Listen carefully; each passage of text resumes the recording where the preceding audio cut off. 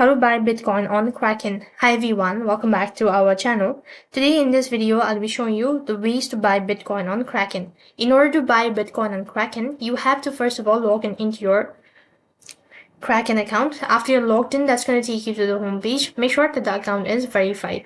And while you're on this page, go to the trade tab from the top left hand side. And after that, you'll be taken to the other interface where you need to go ahead and select the asset that you wish to buy. So after that, you also need to select the network type.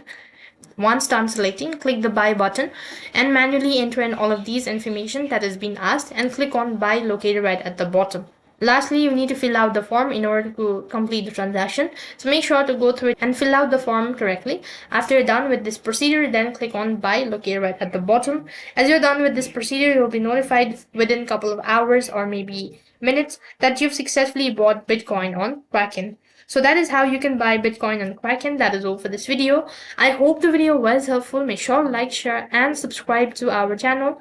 Thank you for watching. See you in the next video.